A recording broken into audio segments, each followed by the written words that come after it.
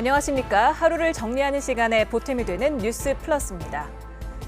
김건희 여사를 명품 가방 수수 혐의로 기소할지 논의하는 검찰 수사심의위원회가 2시에 열려서 오늘 결론이 나올 것으로 보입니다. 이원석 검찰총장이 수심의 결론을 존중하겠다고 밝힌 가운데 어떤 결과가 나오든 후폭풍이 있을 것으로 보이는데요. 잠시 뒤 이슈플러스에서 짚어보겠습니다. 먼저 오늘의 주요 뉴스부터 정리해드립니다. 대통령실이 2026학년도 의대 증원을 원점에서 논의할 수 있다고 밝혔습니다. 여야 의정 협의체 구성에도 긍정적인 자세를 보였는데 의료계 반응은 여전히 신중합니다. 검찰 수사심의위원회가 김건희 여사의 명품 가방 수수 사건을 놓고 4시간 가까이 논의 중입니다. 앞서 검찰은 무혐의로 판단한 가운데 잠시 후 김 여사 기소 여부에 대한 수심위의 권고 의견이 내려집니다. 윤석열 대통령이 한국을 방문한 기시다 후미오 일본 총리와 정상회담을 열었습니다. 한일 협력과 안보 현안 등을 논의했습니다. 전기차 화재 우려가 커지자 내년으로 예정됐던 배터리 인증제를 앞당겨 시행하기로 했습니다. 또 세일 제조사와 주요 원료 같은 배터리 주요 정보도 의무적으로 공개하도록 했습니다.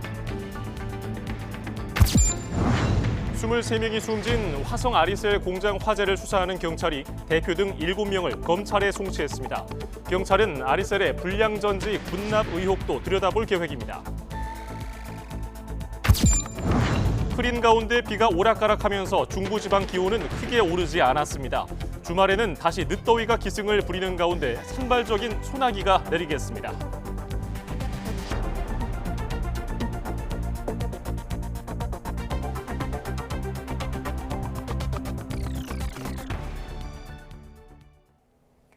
윤석열 대통령은 조금 전 기시다 후미오 일본 총리와 소인수 회담에 이어 확대 회담을 열었습니다. 회담 현장 함께 보시겠습니다. 지난 5월 한일중 정상회의 이후 3달여 만에 다시 오신 기시다 총리님과 대표단을 환영합니다. 지난해 3월 12년 만에 셔틀 외교가 재개됐습니다. 그 이후 기시다 총리께서 3번 방한하셨고 오늘 회담은 총리님과 함께하는 12번째 회담입니다. 총리께서는 임기를 마치시기 전에 이렇게 다시 서울에 오셔서 한일 관계 발전에 대한 굳은 의지를 확실하게 보여주고 계십니다.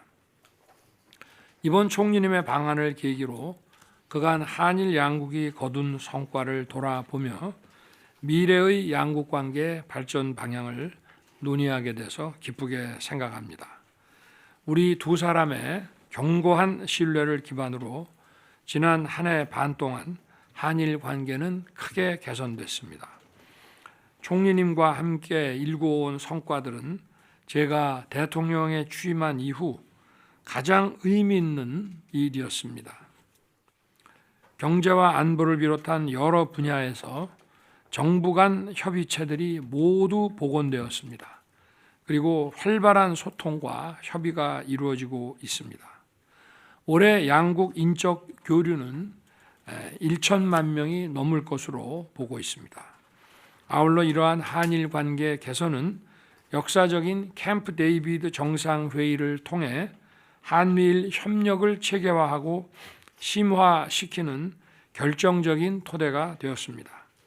앞으로 한일 간, 한미일 간 협력을 계속 진전시키기 위해서는 저와 기시다 총리님이 쌓아온 양국 협력의 긍정적 모멘텀을 계속 이어가는 것이 중요합니다. 한일 관계에는 여전히 어려운 문제들이 남아 있습니다. 더 밝은 미래를 향한 발걸음이 지속될 수 있도록 양측 모두가 전향적인 자세로 함께 노력해 나아가기를 기대합니다. 우리가 함께 힘을 모은다면 국교 정상화 60주년을 맞는 내년에는 한일 관계가 한 단계 더 도약하는 전기를 마련할 수 있을 것입니다. 마지막으로 태풍 산산으로 발생한 인명과 재산 피해에 대해 우리 정부와 국민을 대표하여 위로의 말씀을 전합니다. 재해 지역의 빠른 복구와 일상 회복을 기원하며 우리의 도움이 필요하면 언제든지 함께 하겠습니다. 감사합니다. はい、ユン大統領、温かい歓迎の言葉に感謝を申し上げます。また、我が国の災害に対するお見舞いの言葉もいただきました。御礼を申し上げます。 대통령님, 그 따뜻한 환영의 말씀 감사합니다. 그리고 우리 일본에 대한 위로의 말씀도 감사드립니다. 本日、シャトル外交の実践として、ユン大統領と12回目の首脳会談ができますことを大変嬉しく思っております。 오늘 셔틀 외교의 실천으로서 윤 대통령님과 12번째 정상회담을 할 수 있게 되어 아주 기쁘게 생각을 합니다. 本日はこれまでの進展を総覧しつつ、来年の国交正常化60周年を見据えて、日韓間の協力と交流を持続的に強化していく方向性を確認したいと思っています。大きく飛躍した日韓関係の果実を両国国民が具体的に実感できるようにすることが重要です。 오늘은 그동안의 진전을 총람하며 내년 국교 정상화 60주년을 내다보면서 양국 간 협력과 교류를 지속적으로 강화해 나갈 방향을 확인하고자 합니다. 크게 도약한 양국 관계의 과실을 양국 국민이 구체적으로 실감할 수 있도록 만드는 것이 중요합니다. また現下のこの戦略環境の下、日韓関係、この日韓の緊密な連携は地域の平和と安定に向け不可欠であります。そして朝鮮半島の平和と安定、これは国際社会全体にとっても大きな利益であると思っています。 오늘날 전략 환경 하에서 양국 간 긴밀한 공조는 지역의 평화와 안정을 위해 필수적입니다. 그리고 한반도의 평화와 안정은 국제 사회 전체에 있어서도 큰 이익입니다. 先月、ユン大統領は統一ドクトリンを発表されました。昨年のキャンプ・デービッドにおける日韓米首脳会合でも、自由で平和な統一された朝鮮半島を支持したところであり、今般のユン大統領の演説もこの目標に向けた方針を示したものと受け止めています。このドクトリンにより、朝鮮半島の平和と安定につながる環境が醸成されることを期待しております。 지난달 윤 대통령님께서 통일 독트린을 발표하셨습니다. 지난해 캠프 데이비드 한미일 정상회의에서도 자유롭고 평화로운 통일 한반도를 지지한 바 있으며 이번 윤 대통령님의 연설도 이 목표를 향한 반심을 제시한 것으로 이해하고 있습니다. 이 독트린을 통해 한반도의 평화와 안정으로 이어지는 환경이 조성되기를 기대합니다. 国際社会の諸課題についても 네, 윤석열 대통령이 이번 달 퇴임을 앞둔 기시다 후미오 총리와 12번째 정상회담을 하는 장면 보셨습니다. 두 정상은 그동안 추진해온 한일 관계 개선 작업을 점검하고 또 추가 협력 방안과 안보 현안 등을 논의했습니다. 자세한 내용은 들어오는 대로 다시 한번 전해드리겠습니다. 네, 다음 소식입니다. 추석 연휴를 앞두고 의료 대란 우려가 커지는 가운데 국민의힘 한동훈 대표가 야당과 의료계를 향해 여야 의정협의체 구성을 제안했습니다. 의대 증원 유예 등 중재안을 두고 한 대표와 갈등을 빚어온 대통령실도 긍정적인 반응을 내놨고 야당도 호응하면서 논의가 급물살을 타고 있습니다. 박정현 기자입니다. 국민의힘 한동훈 대표가 종교계 방문 일정에 앞서 예정에 없던 기자회견을 열었습니다. 의대 증원의 합리적인 대안을 모색해보자며 여야 의정협의체를 구성하자고 제안했습니다. 여야 의정이 함께 머리를 맞대고 의료 현장의 진료 서비스를 정상화하면서 의료개혁이 국민의 도움이 되도록 효율적으로 진행될 수 있도록 협의하고 대통령실은 즉각 입장을 내고 제로 베이스, 즉 원점에서 논의하겠다고 화답했습니다. 의료계가 합리적인 대안을 가져온다면 2026년 의대 증원 규모도 조정할 수 있다는 여지도 남겼습니다. 앞서 민주당의 협의체 제안에 여야 합의가 우선이라고 일축했던 것과 달리 다소 변화된 태도를 보인 겁니다. 저희가 제시한 2,000명이라는 숫자, 그 숫자에 구애됨 없이 합리적인 안을 가져오면 논의를 하겠다라는 라는 방침이고요. 민주당도 박찬대 원내대표 등이 먼저 제안을 했던 사안인 만큼 우선 환영한다는 분위기입니다. 정부와 여당이 이 제안에 대해 6개월이 지난 오늘에서야 답변을 내놨습니다. 만시지탄입니다. 다만 의료공개 현실 자체를 부인하던 여권이 입장을 바꾼 게 의심스럽다면서 협의체가 의료공백 사태의 정부 책임을 국회에 떠넘기는 수단이 되면 안 된다고 강조했습니다. 대통령 국민께 사과하셔야 됩니다. 지금 이 순간에도 응급실 들어가지도 못하고 119 차 안에서 죽어가는 사람들이 있습니다. 이제 관건은 의료계의 동참 여부입니다. 의료대란 우려 확산에 다급해진 정치권이 모처럼 한 목소리를 낸 셈인데 협의체에서 의정 갈등 해소의 출구 전략을 마련할 수 있을지 주목됩니다. YTN 박정현입니다. 정부와 여당이 의대 증원 원점 논의를 언급하며 여야 의정 협의체 구성에 나섰지만 의료계는 공식 반응을 자제한 채 신중한 태도를 보이고 있습니다. 전공의와 의대생 의견이 중요하다면서도 당장 참여 여부를 결정하기가 쉽지 않다는 분위기입니다. 백종규 기자입니다. 아주대병원 응급실에 파견된 군의관 3명이 근무가 어렵다는 입장을 밝힌 뒤 복귀했고 이대 목동병원 군의관 3명, 세종 충남대병원에 파견된 군의관 2명도 원래 자리로 돌아갔습니다. 응급실 근무가 적합하지 않다고 판단해 병원 측이 복귀 조치를 하는 사례가 늘고 있지만 정부는 군의관들이 현장에서는 분명 도움이 될 것이라며 복귀 관련 해결책을 내놓진 못하고 있습니다. 가이드라인들 없이 진행이 됐는데 그 가이드라인을 만들자고 국방부가 요청을 하셔서 그 부분은 복지부, 국방부 같이 협의해서 앞으로는 좀 제도화를 해나갈 예정입니다. 여당과 대통령실에 다소 완화된 기류와 관련해 정부도 2026학년도 의대 정원에 대해 의료계와 논의가 가능하다며 대화를 촉구했습니다. 정부는 언제나 의료계와의 대화의 문을 열어두고 있습니다. 2026년도 의대 정원을 포함하여 의제와 형식의 구애 없이 논의가 가능하다는 점을 다시 한번 말씀드립니다. 의료계 반응은 신중하기만 합니다. 대한의사협회는 공식 반응은 자제하면서도 이제라도 정치권 인식이 변하는 것은 다행이지만 전공의와 의대생들 의견이 중요하다며 공을 넘겼습니다.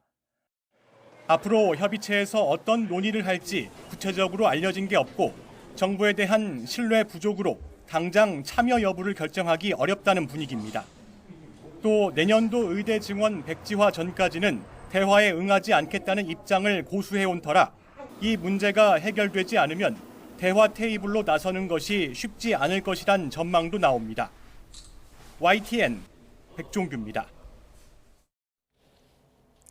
의료대란 우려가 깊어지는 가운데 여당 내에서는 주무부처인 복지부의 장 차관 책임론이 확산하고 있습니다. 친윤석열계를 중심으로는 구체적인 대안도 없이 중도 교체는 안 된다는 반대 목소리도 나옵니다. 김다연 기자입니다. 여당 내에서까지 보건복지부 박민수 차관의 책임론이 커진 건 고열이나 복통, 출혈 정도는 응급실에 안 가도 된다는 취지의 발언 탓이었습니다. 보통 이제 열이 많이 나거나 배가 갑자기 아프거나 어디가 찢어져서 피가 많이 난다 이런 것도 사실 경증에 해당되는 거고요. 지도부 회의에서 책임론이 공개적으로 터져나왔고 한동훈 대표도 박 차관의 언행을 문제 삼으며 사실상 경질에 힘을 실었다는 분석도 나옵니다. 중요한 임무를 맡은 공직자들이 국민들께 좀 걱정을 끼치거나 오해를 사는 언행을 하는 것은 좀 자제해야 한다. 이런 생각을 갖고 있습니다. 증원 규모나 전공의 처벌, 의대생 유급 같은 방침을 수시로 바꾸는 일관성 없는 태도가 의료개혁의 명분을 떨어뜨린다는 지적도 나옵니다. 의료계를 대화의 자리로 다시 불러들이기 위해선 악연은 끊어내고 새로 시작해야 한다는 주장입니다.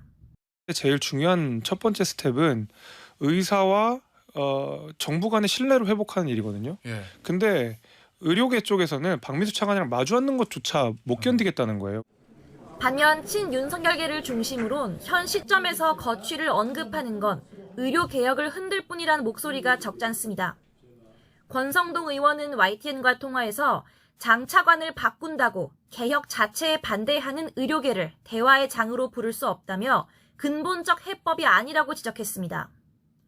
대통령의 당무 관여는 견제하면서 정작 당이 정부 인사에 개입하려는 건 무슨 논리냐고도 반문했습니다. 또 다른 친윤계 중진 의원도 의료계에서 구체적 안을 가지고 와서 정부 내의 다른 인사와 대화하고 싶다고 말한다면 모를까 지금 그런 상황은 아니지 않느냐고 되물었습니다. 정작 의료계 대표가 누군지도 모르는 상황에서 인사 교체는 실효성 없는 대안이란 겁니다. 모처럼 정치권이 의료개혁을 위한 여야 의정협의체 구성에 한 목소리를 내고 있지만 여당 내에선 책임론을 두고 의견이 엇갈리는 셈입니다. 장 차관 거취 문제가 의대 증원 유예안에 이어 새로운 당정 갈등의 불씨로 떠올랐다는 분석도 나옵니다. YTN 김다연입니다. 네, 앞서 말씀드린 대로 윤석열 대통령은 오늘 오후 3시 반쯤부터 약 1시간 40분 동안 방한 중인 기시다 후미오 일본 총리와 정상회담을 했습니다. 대통령실은 이번 방안이 다양한 계기에 격의 없이 만남을 이어나가자는 셔틀 외교 취지에 따라 성사됐다고 밝혔습니다. 김태효 국가안보실 1차장 브리핑 내용 직접 들어보시죠. 네, 좀 기다리시게 죄송합니다. 회담이 방금 전에 끝나서 정리하느라고 약간 시간이 필요했습니다. 자, 지금부터 한일 정상회담 결과 브리핑을 시작하겠습니다. 윤석열 대통령은 9월 6일 금요일 오늘 오후 3시 35분부터 약 1시간 40분간 방한 중인 기시다 일본 총리와 정상회담을 가졌습니다. 이번 방한은 다양한 계기에 격의 없이 만남을 이어나가자는 셔틀 외교 취지에 따라 성사되었습니다. 오늘 회담은 윤석열 대통령 취임 후 기시다 총리와 갖는 12번째 양자 회담이자 올해 들어 3번째 한일 정상회담입니다. 회담에서 양 정상은 그간 함께 이루어낸 한일 협력의 성과를 돌아보고 양국 간 실질 협력 증진 방안, 한반도 정세, 한미일 협력, 인태 지역을 포함한 영내 및 글로벌 협력 방안에 대해 심도 있는 의견을 교환하였습니다. 먼저 약 45분간 진행된 소인수 회담에서 양 정상은 북한, 북핵 문제 대응을 위한 한미일 간 협력이 중요하다는 데 인식을 같이 하고 캠프 데이비드 협력 체계의 발전 방향에 대해 논의했습니다. 특히 북한의 각종 도발에 대비한 양국 간 공조 강화를 얘기했고 북한이 러시아를 뒷배 삼아 도발하지 못하도록 냉정한 대비 태세를 유지하자고 공감하였습니다.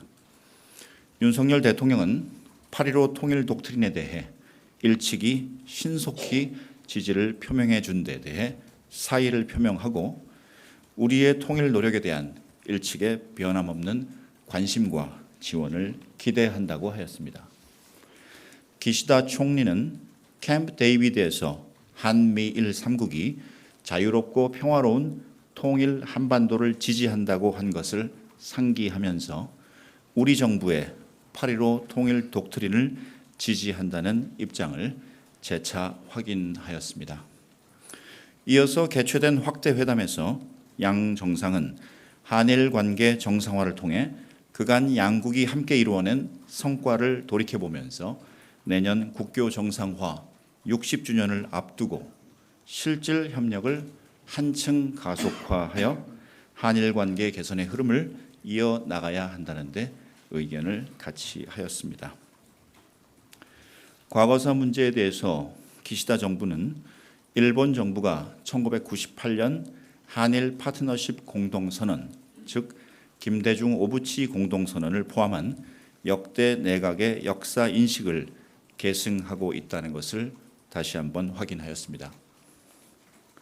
또한 강제징용 문제와 관련해서는 저 자신은 당시 가혹한 환경 아래 많은 분들이 대단히 고통스럽고 슬픈 경험을 하신 데 대해 가슴 아프게 생각한다고 확인하였습니다.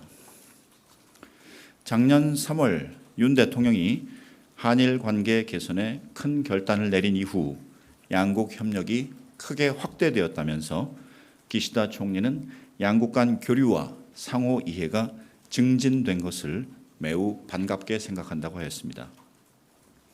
이어서 기시다 총리는 여전히 양국 간에 어려운 현안이 존재하나 양국 관계의 발전과 병행하여 전향적인 자세로 하나씩 해결해 나가고자 한다고 하였습니다.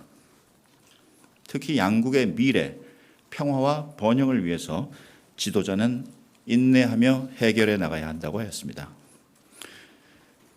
한일 양국 미래 세대가 교류하고 협력하는 것은 매우 중요하며 양국 협력의 혜택이 양국 국민에게 골고루 돌아가게 협력하자고 했습니다.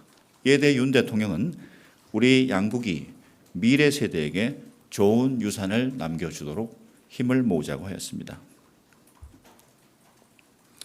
기시다 총리는 일본의 다음 총리가 누가 되든 한일 관계의 중요성은 변하지 않을 것이라고 하고 기시다 총리도 앞으로 계속 한일 관계를 위해 도와나갈 것이라고 하였습니다. 이어서 일본 총리는 지금 일본에는 제4차 한류 붐이 불고 있다며 한국 영화, 드라마, 음악 같은 문화예술 영역에서 일본 국민들에게 한국 작품들이 큰 인기를 끌다고 했습니다. 과거의 양국의 정치 상황에 따라서 한류와 또 일본 문화가 양국에서 유동적이었던 것에 비하면 최근에 일본 내 한국의 제4차 한류 붐은 윤 대통령의 리더십 덕분이라고 했습니다. 한편 양국은 이번 기시다 총리 방한을 계기로 재외국민보호 협력 각서를 체결하여 제3국에서 양국 국민들의 안전을 지키는 제도적 기반을 마련하였습니다. 협력 각서는 작년 4월 수단 쿠데타 발생 시 그리고 10월 이스라엘 하마스 사태 발생 시 한일 양국이 재외국민 긴급 철수를 위해 협력한 사례를 기초로 우리 측이 먼저 한일 간 공조를 제도화하자고. 네, 윤석열 대통령과 기시다 일본 총리 12번째 정상회담에 대한 김태호 국가안보실 1차장의 브리핑 들어봤습니다. 북한 도발에 공조를 강화하는 데 양국이 공감을 했고 또 기시다 정부는 김대중 오부치 선언 등을 계승한다고 밝혔습니다. 예, 또 한일 양국은 재외국민 보호 협력 각서를 체결해서 제3국에서 양국 국민의 안전을 지키는 제도적인 기반을 마련했다고 밝혔습니다. 보다 자세한 내용은 이어지는 뉴스에서 정리해서 전해드리겠습니다. 네, 다음 소식입니다. 전기차와 관련된 화재 우려가 커짐에 따라 정부가 안전관리 대책을 마련해 발표했습니다. 지난달 인천 지하주차장 화재 이후 한 달여 만입니다. 배터리의 안전성을 사전에 정부가 인증하는 제도가 다음 달부터 시행되고 대국민 배터리 정보 공개가 의무화됩니다. 이종원 기자입니다. 정부가 발표한 대책은 배터리 등 전기차 안전성에 우선 초점이 맞춰졌습니다. 전기차 배터리 및 충전시설 안전성을 확보하겠습니다.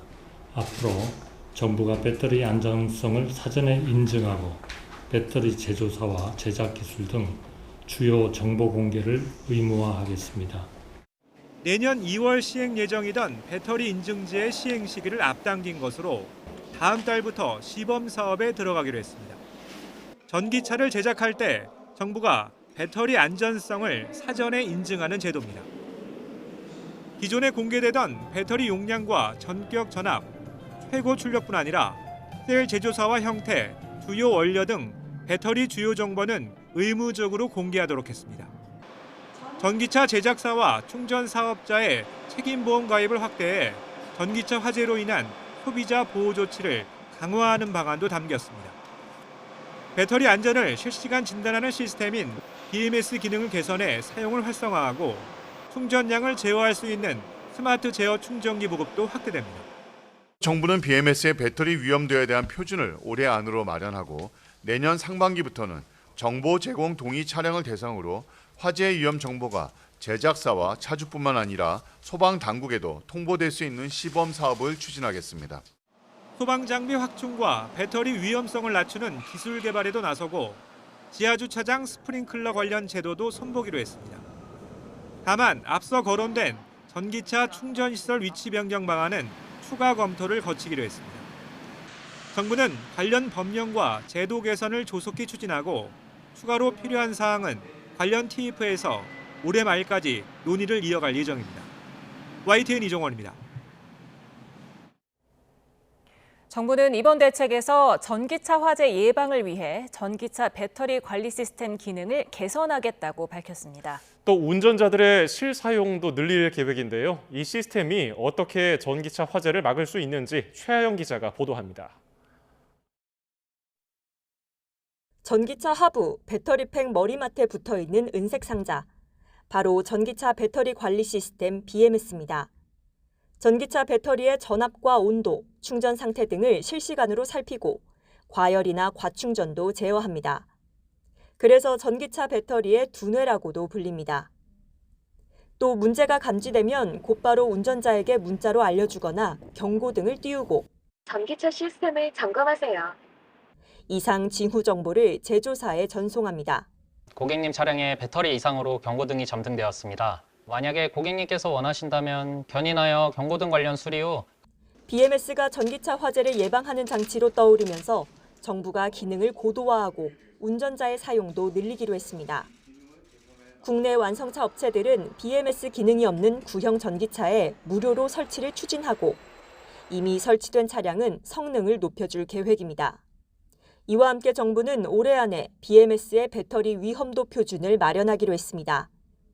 특히 내년 상반기부터 전기차 소유주가 동의하면 위험 단계의 경우 자동으로 소방당국에 알리는 방안을 추진합니다. 하지만 BMS가 있다고 해서 전기차 화재를 100% 막을 수 있는 건 아닙니다. 오류 가능성도 있기 때문입니다. 만약에 문제가 생기고 먹통이 되면 그냥 과충전이 될 수도 있고요. 화재 요인이 될 수도 있기 때문에 다양한 안전 대책을 BMS도 2중, 3중이 필요하다고 말씀드릴 수가 있습니다. 이에 정부는 내년부터 BMS 센서 다변화와 화재 전 가스 배출 감지, 냉각 기술 등을 개발해 화재 진단과 제어 성능을 높일 방침입니다. YTN 최하영입니다. 자동차와 배터리 업계는 정부가 발표한 전기차 안전 종합 대책에 일제히 적극 협력하겠다고 밝혔습니다. 현대차, 기아는 전기차 안심 점검 서비스를 해마다 시행하고 배터리 진단에 대한 고객 알림 서비스 연장과 정밀 진단 기능 업데이트 등을 추진하겠다고 강조했습니다. KG 모빌리티도 전기차 안전성 강화를 최우선으로 하겠다며 스마트 충전기에 대응할 차량 소프트웨어를 개발해서 호환성 테스트에 착수했다고 전했습니다. 국내 배터리 제조업계도 안전성 강화 정책에 동참하겠다는 의지를 보였습니다. 명품 가방 수수 사건으로 김건희 여사를 재판에 넘길지를 두고 외부 위원들로 이루어진 검찰 수사심의위원회가 심의를 이어가고 있습니다. 최 목사는 참석하지 못한 가운데 검찰과 김 여사 측이 의견을 설명했는데 결론이 어떻게 나오든 파장은 불가피해 보입니다. 현장 취재기자 연결해서 자세한 소식 들어봅니다. 홍민기 기자. 네, 홍민기입니다. 네, 수사심의위원회 아직도 진행 중인 겁니까? 네, 그렇습니다. 오늘 오후 2시부터 이곳 대검찰청 청사 15층 회의실에서 현재 4시간 넘게 회의가 이어지고 있습니다. 김 여사 측 변호인이 조금 전 의견 설명을 마치고 나온 만큼 이제 위원들 사이에 본격적인 논의가 진행되고 있을 것으로 보입니다. 오늘 수사심의위원회는 강인호 전 헌법재판관이 위원장을 맡고 법조계와 언론계 등에서 무작위로 선정된 외부위원 15명이 참석했습니다. 김 여사 측 변호인은 별도 대기실에서 기다리다가 오후 4시 50분쯤부터 회의실에 들어가 40분 정도 무혐의 의견을 설명한 것으로 파악됐습니다. 이후 청사 밖에서 취재진을 만난 변호인은 청탁금지법과 알선수재 혐의에 대해 위원들의 질문이 많았던 것으로 안다며 공정하게 판단해 줄 것으로 믿는다고 말했습니다. 명품 가방을 건넨 최지영 목사 측은 수심위에 참석하지 못했는데요. 가방을 건넨 건 청탁 목적이 맞다는 의견서를 대검에 제출하고 어제에 이어 이틀째 대검 앞에서 집회를 이어가고 있습니다. 수심위는 김 여사가 최 목사에게 받은 300만 원 상당의 명품 가방에 지인의 국립묘지 안장이나 통일TV 송출 재개 등 청탁이나 대가성이 있었는지를 검토하고 있습니다. 이에 따라 청탁금지법 위반과 알선수재, 변호사법 위반 등 모두 6가지 혐의에 대해 김 여사의 혐의 여부를 따질 예정입니다. 변호인 측 의견 진술에 앞서 위원들은 검찰 수사팀에게서도 직접 설명을 들었는데요. 앞서 김 여사에 대해 무혐의 결론을 냈던 서울중앙지검 수사팀은 청탁금지법에 배우자 처벌 조항이 없고 김 여사가 받은 금품에 대통령 직무 관련성이나 대가성이 없어서 기소하기 어렵다는 취지로 설명한 것으로 보입니다. 최 목사 측은 참석하지 못했지만 제출한 의견서를 수심위가 논의 과정에서 참고할 가능성은 남아 있습니다. 예, 결론이 언제 나올지, 파장은 어떨지도 설명해 주시죠. 네, 수심위는 토론을 거쳐 가능하면 만장일치로 권고안을 내고 만약 의견이 갈리면 출석위원 절반 이상이 찬성한 의견으로 권고 사항을 의결합니다. 결론은 오후 늦게 나올 것으로 보이는데요. 대검 규정에 따라 주임 검사는 수사심의 심의 의견을 존중해야 하지만 반드시 따라야 하는 것은 아닙니다. 만약 수사팀 결정을 뒤집고 수심위가 기소 의견을 권고한다면 후폭풍은 작지 않을 전망입니다. 앞서 공정성을 담보하겠다며 직권으로 수사심의위를 소집한 이원석 검찰총장이 심의 의견을 따를 가능성이 큰 만큼 서울중앙지검 수사팀과 다시 한번 충돌이 벌어질 수 있습니다. 반대로 수심위가 불기소 의견을 권고하더라도 검찰 외부의 비판은 거셀 것으로 보입니다. 가방을 건넨 최 목사를 이번 심의에서 배제한 채 무혐의 입장만 듣고 결론을 낸 모양새라 김 여사에게 면죄부를 주기 위한 요식행위였다는 비판이 나올 수도 있을 것으로 보입니다. 지금까지 대검찰청에서 YTN 홍익입니다. 문재인 전 대통령 부인 김정숙 여사의 해외 순방 관련 의혹을 수사하는 검찰이 김 여사의 샤넬 재킷을 가장 먼저 전시했던 기관장을 다시 소환했습니다. 서울중앙지방검찰청은 오늘 전혜웅 전 주 프랑스 한국문화원장을 참고인 신분으로 불러 조사했습니다. 앞서 검찰은 지난 7월 말에도 전 원장을 한 차례 불러 조사했습니다. 성남시장 재직 당시 고 김문기 성남도시개발공사 개발 1처장을 몰랐다는 허위 발언을 한 혐의로 기소된 이재명 더불어민주당 대표가 피고인 신문에서도 같은 입장을 유지했습니다. 이 대표는 오늘 자신의 공직선거법 재판 피고인 신문에서 유동규만 해도 엄청 시끄러웠는데 김 처장과 특별한 인연이나 기억이 없었기 때문에 관심을 둘 이유가 없었다고 말했습니다. 재판부는 오는 20일 변론을 종결하고 결심 공판을 열 예정인데 이르면 다음 달 안에 1심 결과가 나올 가능성이 큽니다.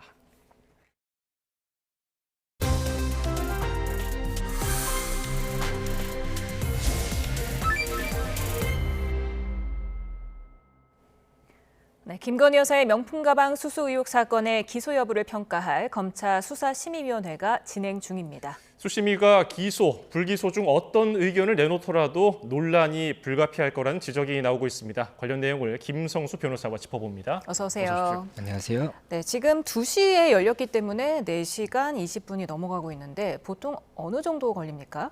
예, 이 심의위원회 자체는 어느 정도 시간이 걸린다 정해진 것은 없습니다. 이 심의가 걸린 시간은 결국에는 심의가 길어질수록 길을 수가 있는 거지 않습니까? 그리고 이번 절차 같은 경우에는 이 주임 검사 측에서 이 사건 관련 의견을 말하는 이 진술 시간이 있었던 것으로 보이고 또 이제 김건희 여사 측에서도 지금 40분가량 진술했다고 하기 때문에 그 시간을 일단은 보고 또 이제 제출한 의견서들이 있을 겁니다. 이게 김건희 여사 측에서는 피의자로서 제출한 의견서가 있을 것이고 지금 현재 사건 관계인 최재형 목사도 제출한 의견서가 있다고 하지 않습니까? 예. 이게 이제 30쪽가량 이상이 될 거기 때문에 이 부분을 또 검토하는데 시간이 걸릴 것이어서 이 부분 검토를 하고 논의를 하는 과정 이런 부분이 걸리기 때문에 지금 4시간가량 걸리고 있고 조금 더 걸릴 수도 있지 않을까 이렇게 예상되는 것 같습니다.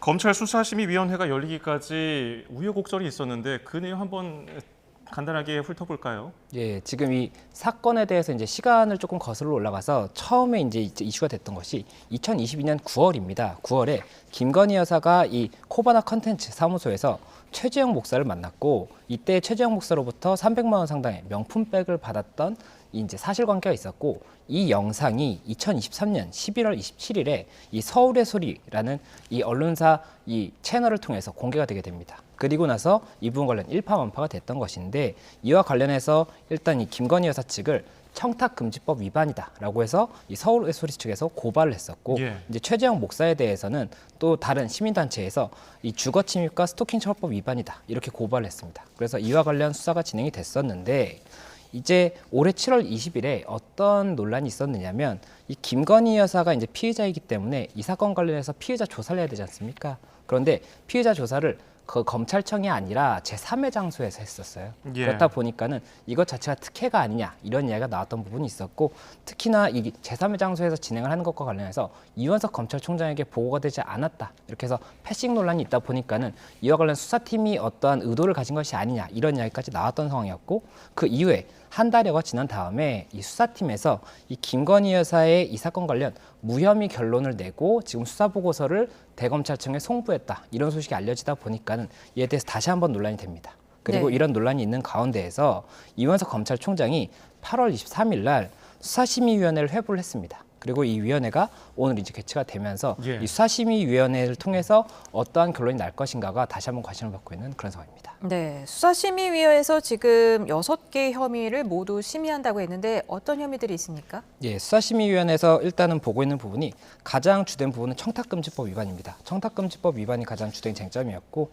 그 다음이 직권남용 그리고 또 알선수재가 있습니다. 이 부분은 어떤 부분이냐면 이 지금 현재 조국 혁신당에서 고발을 한 내용인데, 김건희 여사가 만약에 이 부분 관련 그 최재형 목사가 부탁을 했던 부분이 있었습니다. 뭐 부탁을 했다고 보기는 어렵지만 어쨌든 언급을 했던 부분이 있었는데, 그 언급을 했던 부분들이 뭐 어떠한 뭐 전 미국의 하원 의원이었던 사람을 뭐 국가의 어떠한 중책을 맡기는 것을 어떠한지 이런 이야기를 했었는데, 그와 관련해서 이 이후에 주무관들과 통화를 했다는 이야기가 있거든요. 예. 그렇다 보면 이 주무관들과 이 통화를 할 수 있도록 알선을 해주는 것에 대한 대가로 어떠한 금품을 지급받았다고 한다면 알선 수수죄가 될 수가 있다라는 주장이 하나가 있는 것이고, 그리고 이렇게 해서 이 공무원분들이 그러면 통화를 하지 않아도 될 사람과 통화를 했던 부분이 있을 수가 있지 않습니까? 그럼 이거는 공무원에게 이 권한 없는 일을 하도록 해서 직권남용이 될 수가 있습니다. 그래서 이 직권남용 이렇게 두 가지가 있는 것이고, 또 증거인멸 같은 경우에는 이 사건 관련해서 특정 증거를 없애려고 했다, 이렇게 지금 주장이 있기 때문에 증거인멸 관련 혐의도 있는 것이고, 또 뇌물로 볼 수 있는 것은 아니냐, 이 부분 청탁금지법이 아니라 이 결국에는 뇌물을 받은 것으로 봐서 이 부분 뭐 그러면 경제 공동체라든지 이런 부분을 좀 검토할 수 있는 것이 아니냐, 이런 주장도 있습니다. 그리고 또 예. 변호사법 위반 같은 경우가 변호사법의 111조를 보면 이 공무원이 취급하는 사건이나 사무에 관해서 청탁 또는 알선을 대가로 해서 금품 등을 이제 수수하는 경우에는 이 부분도 형사처벌 규정이 있거든요. 그래서 이 변호사법 위반에 대해서도 쟁점이 될 수가 있기 때문에 이 6가지 혐의에 관해서 수사심의위원회에서 기소 여부를 결정해달라, 지금 현재 그런 상황입니다. 예.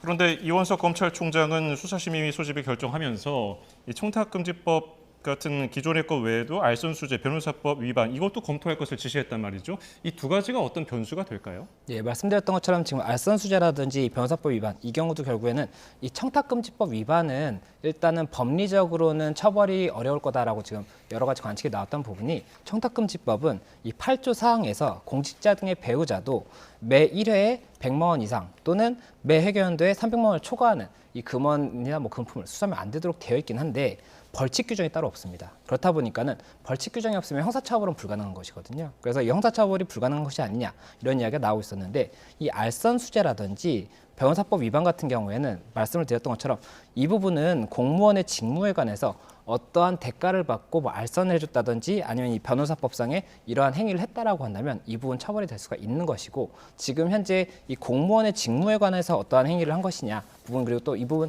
금품을 수사할 때 공무원의 직무에 관해서 어떠한 이야기가 있었던 것이냐, 이렇게 된다라고 한다면 이 알선수재나 변호사법 위반이 검토가 될 수가 있기 때문에 이 부분 언급이 된 것이고, 이 부분이 특히나 나중에도 중요한 이제 혐의가 될 수가 있기 때문에 아무래도 언급을 했던 것이 아닌가 생각이 듭니다. 네, 뭐 이원석 검찰총장은 앞서서 수심의 결론이 어떻게 나오든 존중하겠다는 입장을 밝혔고요. 어떤 결론이 나오든 후폭풍이 불가피할 것 같습니다. 어떻게 전망하십니까?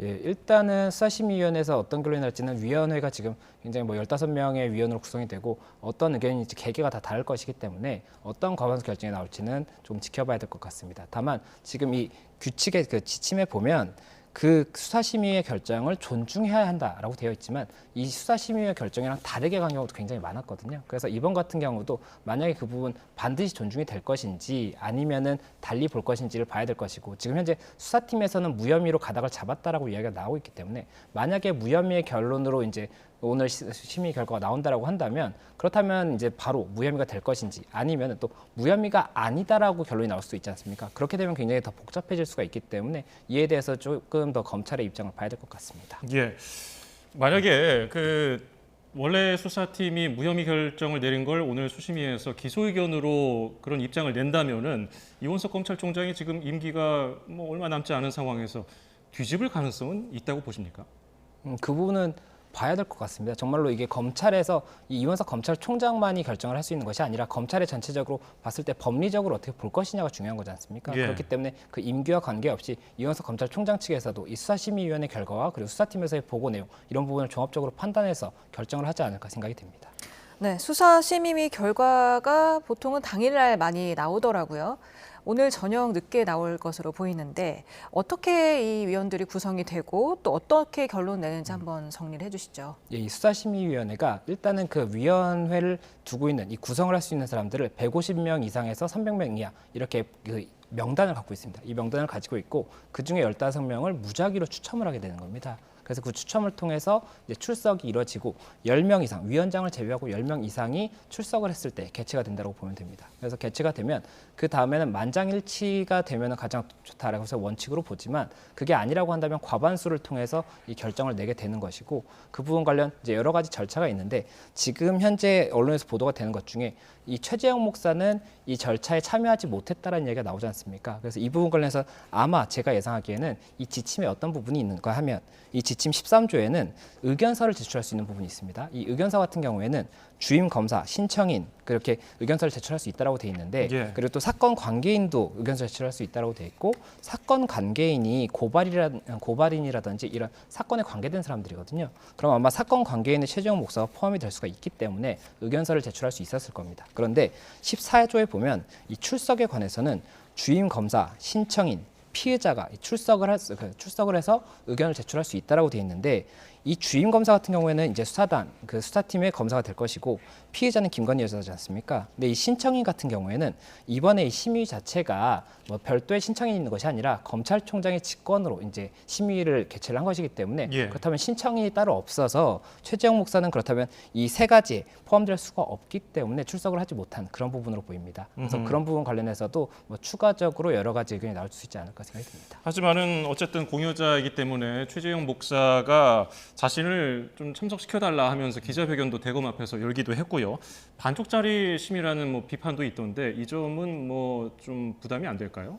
예, 그 말씀드렸던 것처럼 이 지침상에 아마 그 기준을 검토를 해서 최재형 목사가 출석할 수 없다라고 봤던 것으로 보입니다. 예. 다만 최재형 목사가 지금 아마 의견서를 제출을 한 것으로 알고 있고 의견서가 지금 30쪽 이내가 원칙이거든요. 그렇기 때문에 30쪽 이내에 의견서를 제출하고 거기에 그런 내용들이 담겨 있을 것이기 때문에 그 내용들을 위원회에서 보고 만약에 그 부분 관련 추가적인 수사가 필요한 부분이 있다라든지 아니면 이 부분은 기소를 해서 다시 한번 당부를 판단해 봐야 된다 이렇게 본다라고 한다면 기소 의견도 나올 수가 있기 때문에 이 부분 관련 일단 최재형 목사가 직접적으로 참석하지는 못했지만 어느 정도의 의견은 반영될 여지는 있다 이렇게 말씀드릴 수 있을 것 같습니다. 네, 수사심의위가 2018년 설치 이후 모두 15차례가 열렸는데 이 수사팀 의견과 달랐던 경우가 절반이 넘는 8건이었더라고요.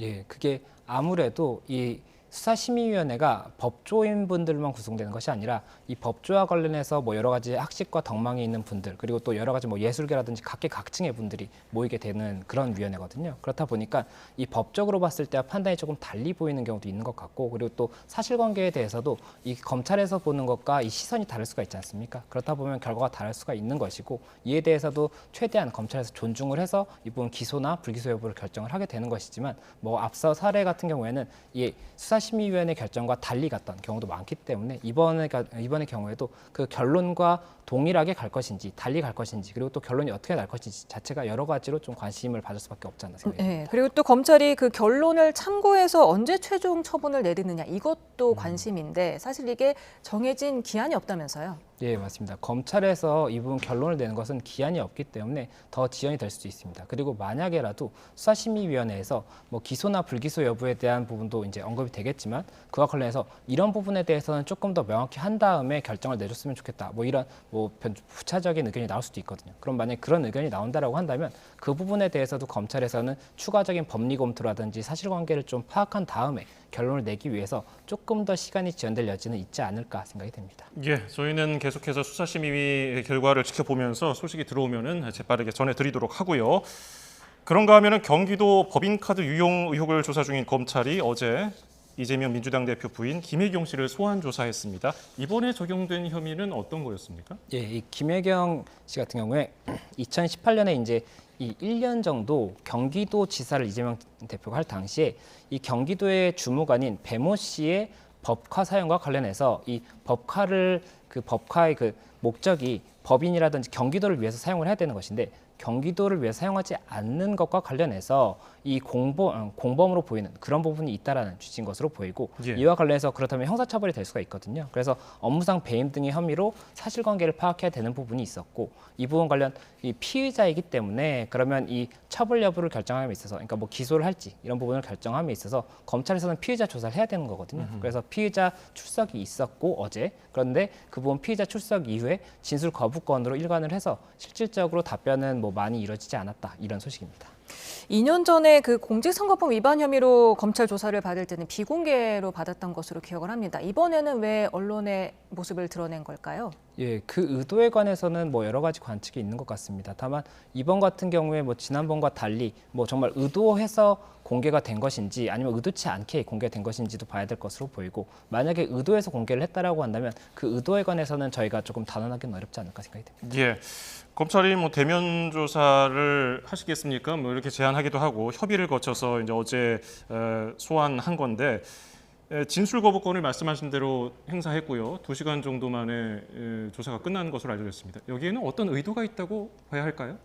일단은 2시간 만에 조사가 끝났다는 것이 보통은 이게 저희가 피의자 조사를 하면 어떻게 되는 것이냐면 예. 일단은 가서 이제 뭐 이런 진술할 거 준비를 하고 그 다음에 진술을 받습니다. 그럼 진술을 받으면 뭐 인적 사항이나 이런 부분을 앞에 조금 짤막하게 이제 확인을 하고 그 다음에 이 혐의에 대해서 하나하나 묻고 대답을 하고 그리고 만약에 추가적인 질문이 있으면 추가적인 질문과 답변이 있고 이렇게 한 다음에 이 부분을 그러면 이제 검사가 작성을 하게 됩니다. 조서를 이제 얘기를 들으면서 작성을 하고 마지막에 이 부분에 대해서 혹시 답변과 달리 작성된 것이 있는지를 확인을 하고 그 다음에 조서에 날인을 하게 돼요. 그러면 이게 굉장히 시간이 오래 걸리거든요. 조서를 확인하고 날인하고 이런 것도 있기 때문에. 그런데 지금 2시간 만에 끝났다는 것 자체는 결국에는 실질적으로는 거의 모든 질문이 다 이루어지지 않았다는 것이고 진술 거부권 행사하겠다라고 해서 초반에 몇 가지 질문을 한 다음에 그 다음에 추가적인 부분에 대해서도 전부 다 진술 거부권을 행사한다. 이렇게 해서 종결이 된 것이 아닌가 생각이 되는 부분이 있습니다. 그리고 지금 현재 그 출석과 관련해서 이야기가 나왔던 것이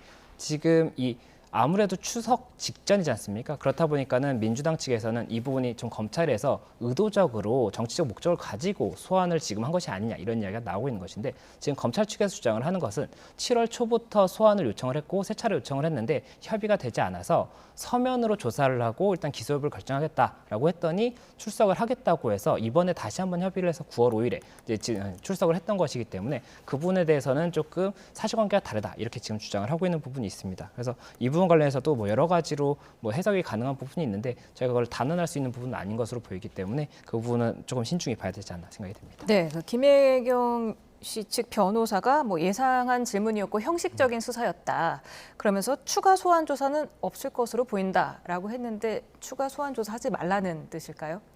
그렇다기보다는 검찰에서의 이번 조사 자체가 형식적이었다는 것이 이제 김혜경 씨 측의 주장이기 때문에 형식적으로 이렇게 했기 때문에 이제는 기소 여부를 결정하지 않을까라고 지금 예상을 하고 있다는 취지가 아닌가 생각이 듭니다. 기소 여부를 지금 이미 어느 정도 내심에 두고 있었고 형식적인 조사였다라고 한다면 추가적인 조사를 할 필요 없이 기소를 하면 될 것이거든요. 그렇다 보니까 그런 의도인 것으로 보인다라고 주장을 하는 그런 취지의 말인 것으로 보입니다. 이재명 대표에게도 지난 7월에 검찰이 소환 통보를 한 바가 있는데 지금 언제쯤 조사가 이루어질 것으로 보세요? 소환은 이루어질까요? 이재명 대표 측 같은 경우도 7월에 이제 거의 유사한 시기에 이제 소환 통보는 갔던 것으로 알고 있는데 아무래도 협의를 진행을 하고 있고 또 이재명 대표 같은 경우는 특히나 더 여러 가지 일정이 있지 않습니까? 뭐 재판도 하고 있고 여러 가지가 있기 때문에 아무래도 그 협의 일정이 맞춰지지 않고 있는 상황인 것으로 보이고 다만 결국에 언젠가는 조사를 받아야 되기 때문에 그 시점이 차이가 있긴 하겠지만 조사는 이루어지지 않을까 생각이 됩니다. 네. 다음 주제로 넘어가 보겠습니다. 경찰이 어제 허경영 씨가 운영하는 종교시설을 압수수색했습니다. 투입된 수사관이 23명이었는데 이 정도면 꽤 많은 수 아닙니까? 예, 굉장히 많은 수라고 볼 수가 있고 또 시간도 8시간 정도를 했다라고 하는데 아무래도 이 허경영 씨의 이 관련 여러 가지 이 건물이 여러 군데가 있지 않습니까? 그렇다 보니까 자료가 어디에 있을지 이런 것을 확인을 할 수가 없어서 아무래도 좀 많은 인원이 투입됐던 것이 아닌가 생각이 됩니다. 그래서 뭐 회계 자료라든지 지금 뭐 블루유라고 해서 이 우유에다가 스티커를 붙이고 상온에 보관하는 그런 우유가 있거든요. 그래서 그런 부분까지도 뭐 이 부분 관련 범죄 혐의가 없는지 이거 관련 압수수색을 했다고 하기 때문에 이 부분 압수수색을 통해서 자료를 분석하고 그 다음에 혐의와 관련해서 여러 가지 조사가 이루어지지 않을까 생각이 됩니다. 그러면 수사관 23명이나 투입한 대대적인 조사 어떤 혐의를 받고 있는 겁니까? 예, 일단은 사기 그리고 식품위생법 위반 뭐 이런 부분 또 성범죄 관련 이런 세 가지 혐의가 대표적인 혐의로 보이는데 이 부분 관련 사기 같은 경우에는 이 식품이라든지 이런 것들이 효능이 없음에도 불구하고 효능이 있는 것처럼 기망하여서 굉장히 고가에 매도하였다 이런 주장이 있는 것으로 보입니다. 예. 그렇기 때문에 그런 부분 관련해서 좀 수사가 이렇지 않을까 생각이 되고 또 그리고 뭐 식품위생법 위반 같은 경우에는 이 상온에 둔 우유 자체를 만약이라도 허경영 대표 측에서 직접 판매를 했다라고 한다면 이 부분 식품위생법상의 문제가 될 수가 있거든요. 그렇다 보니까 그런 부분에 대해서도 여러 가지 법리 검토가 이루어지지 않을까 생각이 되고 또 뭐 정치자금법 위반이라든지 여러 가지 법 위반 혐의가 있기 때문에 이 부분도 일단 이 회계 자료를 통해서 그리고 또 여러 가지 사실관계를 증명할 수 있는 자료들이 이제 확보가 됐을 거지 않습니까? 예. 그런 부분들을 통해서 이제 분석이 되고 그 다음에 조사가 이루어질 것 같습니다. 네, 지금 허 씨가 터무니없이 비싸게 팔았다고 주장한 상품이 불로우유, 아까 말씀하신 상온에 두는 우유에 허경영 대표 스티커를 붙인 그런 우유가 있었고요. 또 불로수라는 것도 있더라고요. 뭐 고어텍스도 뚫는다라고 하는데. 이게 지금 자료 영상 나갑니다. 네, 어떤 것들이었습니까? 예, 이 불로유 같은 경우에 직접 이 우유를 상온에 보관한 다음에 판매했던 것은 아닌 것 같고 이 스티커를 판매를 했던 것 같습니다. 이 스티커가 허경영 대표의 얼굴이 그려져 있는 스티커인데 이 스티커를 우유에다가 붙이면 그리고 나서 상온에 두면 불로유가 된다는 겁니다. 그리고 이 불로유를 마시면 뭐 병이 낫는다든지 건강해진다든지 이런 이제 효능을 이제 주장을 했던 것으로 보이고 또 불로수 같은 경우에는 말씀하셨던 것처럼 뭐 고어텍스를 뚫을 만큼 이 물이 굉장히 효능이 있는 물이고 이 물을 피부에 바르게 되면 피부가 굉장히 젊어져서 굉장히 젊은 시절의 모습을 갖게 된다 이렇게 주장을 하면서 예. 판매를 했다는 그런 소식입니다. 이런 것들에 대한 사기 혐의 어떻게 입증하면 될까요? 일단은 그러한 주장이 있었는지에 대해서 확인을 해봐야 될 것으로 보이고 그리고 만약에 이분 주장했던 효능이 있는지 여부가 결정이 돼야 될 것인데 그 효능이 있지 않는데도 불구하고 이런 효능이 있다라고 주장을 하고 비싼 값에 매도를 했다라고 한다면 그 부분 사기가 될 수가 있기 때문에 그쪽 방향으로 해서 좀 사실관계 검토 및 법리 검토가 이루어지지 않을까 생각이 듭니다. 예, 이 건과 함께 지금 허 씨가 여성 신도들을 성추행했다는 고소건 그리고 하늘궁 땅 일부를 판다면서 이 2억을 바꿔서 명의 이전을 해주지 않았다는 고소건에 대해서도 수사가 진행 중인데 이거는 또 별건 수사인가요? 예, 아무래도 지금 현재 그 경찰서가 관할 경찰서가 동일할 수는 있겠지만 예. 사건 번호도 달리 있을 것이고 지금 아마 담당 수사관도 다를 가능성이 높을 것 같습니다. 그래서 혐의 자체가 다른 부분이기 때문에 별건으로 진행이 될 것이다 이렇게 말씀드릴 수 있을 것 같습니다. 네, 허경영 씨는 근데 이제 자신의 재산을 노린 기획된 고소다 그러면서 모든 혐의를 부인하고 있지 않습니까? 근데 경찰이 불송치 결정을 내렸어요. 이에 대해서. 예, 허경영 씨가 지금 이러한 뭐 주장들에 대해서 자신의 재산을 노리고 이 거짓말을 하는 것이다. 그렇기 때문에 공갈이다. 그리고 공갈을 했는데 성공하지 못했기 때문에 공갈 미수다라고 해서 고소를 했던 사건이 있었습니다. 그게 예. 지난 2월에 고소를 했었는데 이 부분 관련해서 경찰서에서 증거 불충분으로 이 부분 일단은 불송치 결정을 했다는 그런 소식입니다. 예, 알겠습니다. 지금까지 이슈플러스 김성수 변호사와 함께했습니다. 고맙습니다. 감사합니다. 고맙습니다. 오늘 흐린 하늘에 종일 선선한 날씨가 이어졌습니다. 퇴근길에도 곳곳에 소나기가 지나고 있는데요. 지금은 특히 충청 이남을 중심으로 소나기 구름이 발달했습니다.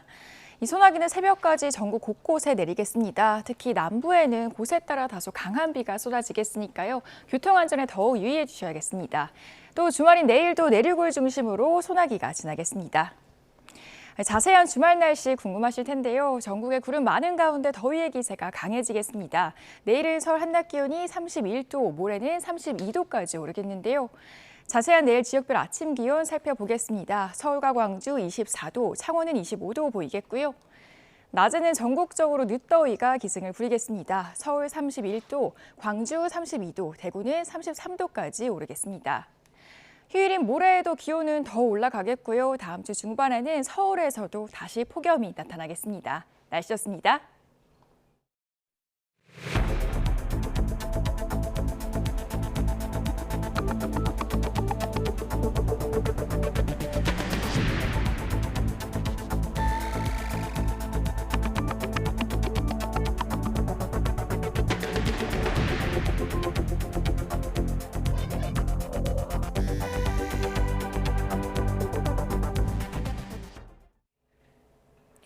스물세 명이 숨진 경기 화성 아리셀 공장 화재와 관련해 경찰과 노동부가 박순관 대표 등 관계자 7명을 검찰에 넘겼습니다. 이제 남은 건 군납비리 수사인데 경찰의 압수수색으로 속도를 낼 것으로 보입니다. 권준수 기자입니다.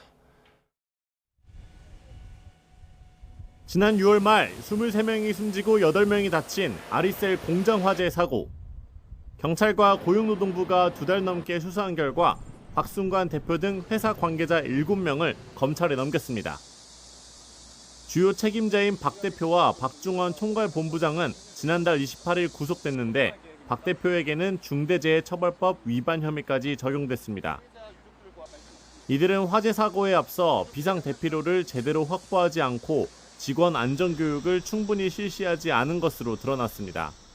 안전보건관리체제 구축 및 그 이행에 관한 조치가 이제 중대법에 있는 내용인데 이를 전반적으로 소홀히 한 게 확인이 됐고 사고로 이어지는 인과관계가 입증이 어느 정도 돼서 또 공장에 불법으로 직원을 파견한 메이셀 관계자도 검찰에 넘겨졌는데 아리셀은 근로자 파견 사업 허가를 받지 않은 메이셀로부터 근로자를 제공받아 파견 대상 업무가 아닌 직접 생산 공정에 투입한 것으로 확인됐습니다. 이제 남은 건 군납 비리 사건입니다. 아리셀은 지난 2021년 12월부터 지난 2월까지 47억 원 상당의 전지를 군에 납품했는데 이 과정에서 불량 전지를 제조한 의혹을 받고 있습니다. 경찰 수사에서 아리셀은 검사용 시료를 바꿔치기 하는 등의 수법으로 국방기술품질원의 품질 검사를 통과해온 것으로 파악됐습니다. 그 결과 불량 전지가 폭발하면서 지난 6월 대규모 참사로 이어진 것으로 경찰은 보고 있습니다. 이와 관련해 박 대표는 혐의를 계속 부인하는 반면 박 본부장은 조직적인 시료 전지 조작이 있었다고 인정한 것으로 확인됐습니다. 경찰은 에스코넥 본사 등에 대한 압수수색 결과를 바탕으로 군납비리 수사를 이어가고 있다며 조만간 따로 송치할 예정이라고 밝혔습니다. YTN 권준수입니다. 오늘 아침 출근 시간대 의정부 경전철이 고장나 7시간 동안 운행이 중단됐습니다. 대체 교통편이 마련됐지만은 시민들은 불편함을 호소했는데요. 잦은 고장을 지적하는 목소리도 나왔습니다. 배민혁 기자입니다. 선로 위에 전동차 한 대가 멈춰섰습니다. 의정부 경전철 전동차가 고장난 건 아침 7시쯤. 종착역인 발곡역에 들어온 열차가 다시 출발하기 위해 20여 미터를 움직이다 고장난 겁니다. 전원 공급 장치가 문제였습니다. 이로 인해 의정부 경전철 양방향 전 구간에서 전동차 운행이 중단됐습니다. 고장난 전동차 안에는 승객 20명 정도가 타고 있었는데 비상 통로를 이용해 역사로 이동했고 이 과정에서 다친 사람은 없었습니다. 의정부 경전철 측은 고장난 전동차를 선로에서 빼내고 복구 작업을 벌였는데 이 과정에서 선로 설비에 전동차가 끼어 복구가 지연되기도 했습니다. 의정부 경전철 측은 고장난 열차를 한쪽 선로로 견인 조치했고 시스템을 점검한 뒤 7시간여 만에 운행을 재개했습니다. 전동차 운행이 중단된 동안 지자체 등에서 전세버스 2대를 이용해 대체교통편을 운영했지만 시민들은 불편을 호소했습니다. 제가 12시 반까지 출근하려 했는데 갑작스럽게 발곡역에서 이제 지하철 멈췄다가지고 오늘 갑자기 이렇게 되니까 좀 많이 당황해가지고 또 고장이 빈번하다며 불만을 나타내기도 했습니다. 지난번에도 우리 한 4시인가 그때 고장이 한번 났었어요. 내가 차를 탔는데 가진 나름 더웠고 어떻게 에어컨이고 불이고 다 꺼서 내려와가지고 버스를 타는데 어떻게 나름 더운데 또 한 20분 걸려서 타고 또 집에 갔죠. 의정부 경전철은 지난 2012년 개통한 이후 초기부터 고장이 잦았는데 이번을 포함해 올해 들어서만 5차례 크고 작은 고장이 잇따랐습니다. 지난달 16일에는 제동장치에 이상이 생겨 40분가량 운행이 중단됐습니다. 고장 처리라는 오명까지 쓴 의정부 경전철. 시민들은 출근길에 또다시 이런 일이 반복될까 걱정했습니다. YTN 배민혁입니다.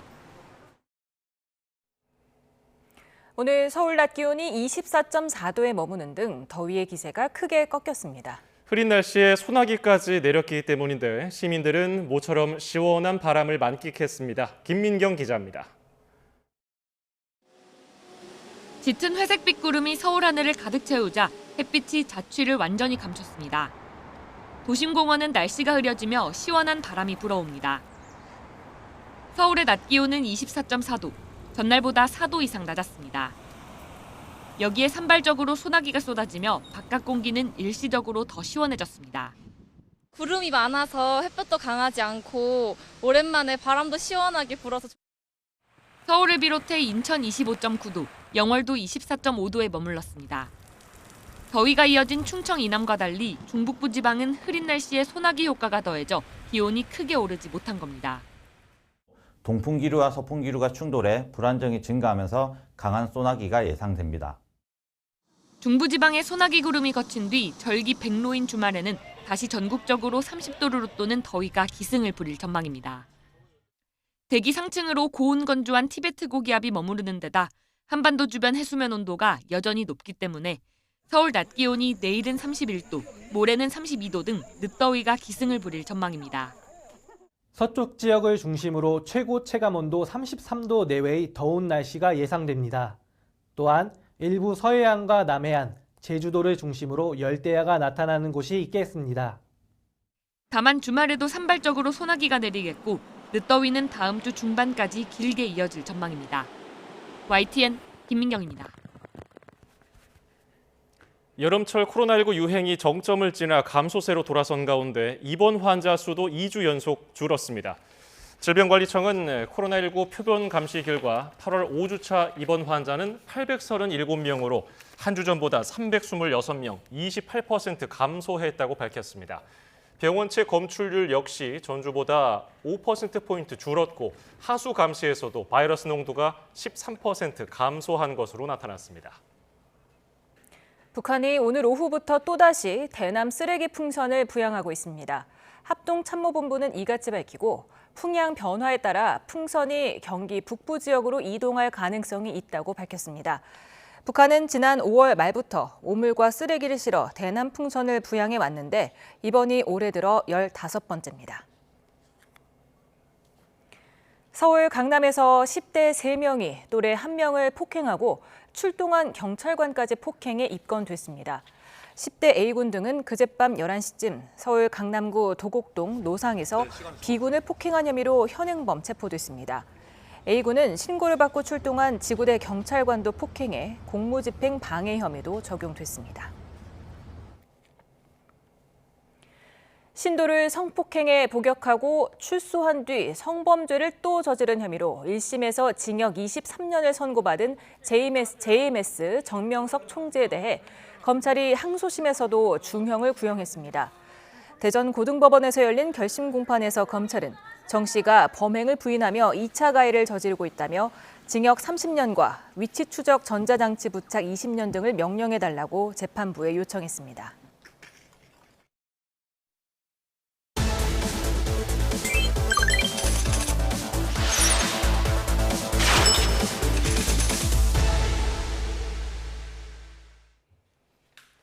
뉴스플러스 오늘의 경제픽입니다. 추석 명절이 가까워지면서 가족이나 고마운 분들에게 드릴 선물 준비하는 분들 많죠. 가격은 어느 정도로 생각하고 계십니까? 한국소비자원이 대형마트와 백화점에서 파는 한가위 선물 세트 가격을 조사한 결과 절반 이상이 10,000원에서 40,000원대인 것으로 나타났습니다. 지난 설 명절과 비교를 해보면 이 가격대의 선물 세트 품목은 늘었습니다. 그러나 5만 원이 넘어가는 중고가형 상품 수는 28%가량 줄었습니다. 요즘 고물가는 고물가인가 봅니다. 내용물이 같은데도 선물 세트 11% 정도는 6개월 전인 설보다 가격이 올랐습니다. 특히 일부 건강기능식품과 김, 주류가 상대적으로 많이 비싸졌습니다. 이렇다 보니까 소비자 85% 이상은 지난해 추석과 비교해서 선물 구매에 비슷한 금액을 쓰거나 더 많은 돈을 들일 계획이라는 조사 결과도 나왔습니다. 추석 선물로 선호하는 선물은 역시 수확의 계절인 만큼 모든 세대에서 과일이 가장 많았습니다. 40대 이상에서 선호도가 높은 건강기능식품이 2위, 그리고 정육이 3위를 차지했습니다. 추석을 앞두고 정부가 성수품 17만 톤을 공급하고 제품 할인에도 700억 원을 지원하면서 이 성수품을 중심으로 가격이 소폭 하락하고 있습니다. 하지만 어획량이 줄어서 수산물 가격이 출렁이며 추석 물가의 변수가 될 것으로 보입니다. 오동건 기자입니다. 추석을 앞두고 장을 보는 소비자들. 성수품 위주로 가격이 조금 내렸다고 하지만 크게 체감되지 않습니다. 제수용품을 쭉 봤을 때 평소 때보다 좀 내렸다 하는 거는 그렇게 못 느꼈어요. 정부가 추석 물가를 잡기 위해 성수품 17만 톤을 공급하고 할인 행사에도 700억 원을 지원하면서 20개 품목의 평균 소매 가격이 지난달 27일보다 0.2% 내렸습니다. 품목별로도 15개의 가격이 내림세입니다. 특히 금사과, 금배추 논란까지 일었던 사과와 배추의 가격은 지난달과 비교해서 각각 6.6%와 11.3% 떨어졌습니다. 추석을 앞두고 한우 소비를 늘리기 위한 행사도 진행 중입니다. 추석 명절 맞아서 우리 한우 농가를 돕는다. 그리고 값싸고 맛있는 한우를, 건강에도 좋은 한우를 많이 소비한다라는 생각으로 우리 한우 많이 드셨으면 하는 바람입니다. 하지만 어획량이 크게 감소하면서 조기와 굴비 같은 이런 수산물의 가격이 출렁이고 있습니다. 냉동조기 한 마리 소매 가격은 어제 기준 1년 전보다 37.2%, 굴비는 무려 71.2%나 올랐습니다. 이상고운의 김 양식에도 차질이 생기면서 연초 장당 100원을 밑돌던 소매 가격이 지난해보다 무려 38%가 올랐습니다. 너무 많이 올랐어요. 좀 괜찮다는 거는 뭐 20만 원 넘어서 그냥 한번 집었다 넣었고 그냥 깜짝 놀랐고 그냥. 해수부는 수산물 가격 안정을 위해 비축수산물 12,000여 톤을 시장에 풀고 있지만 어획량 자체가 크게 줄어든 상황이라 추석 물가에 또 다른 변수가 될 것으로 보입니다. YTN 오동건입니다. 지난달 인천 아파트 지하 주차장에서 벤츠 전기차 화재가 발생한 이후 전기차에 대한 우려가 커졌죠. 중고차 업체 K카가 전기차에 대한 인식을 조사한 결과 응답자 72% 이상이 전기차 구매가 망설여진다는 답을 한 것으로 나타났습니다. 특히 가장 우려되는 점은 화재 위험성이라고 지목한 사람이 많았습니다. 인천 화재 사건을 접하기 이전까지 전기차를 구매할 의향이 있었다는 의견 절반에 가까웠었는데요. 화재 사건 이후에도 여전히 전기차를 구매할 의향이 있다는 비율은 19.3%로 크게 떨어졌습니다. 배터리 생산국에 따른 신뢰도 조사에서는 국산 배터리가 안전하다고 느낀다는 응답이 46%. 하지만 국산과 수입산 모두 안전하지 않다고 느낀다는 응답이 43%로 또 조사가 됐습니다.